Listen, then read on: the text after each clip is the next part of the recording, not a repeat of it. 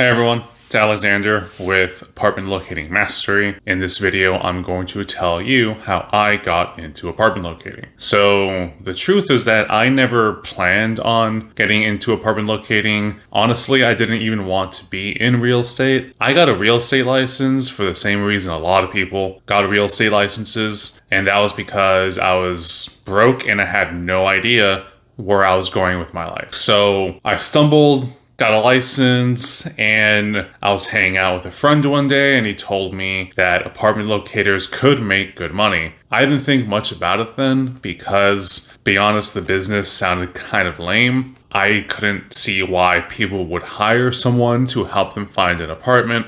And I kind of just brushed it off for a while. It wasn't until I was super broke and asking my dad for rent money that I waved the white flag and decided to give it a shot. So I Googled a bunch of local apartment locating agencies and I picked the first one that accepted me. And it sucked.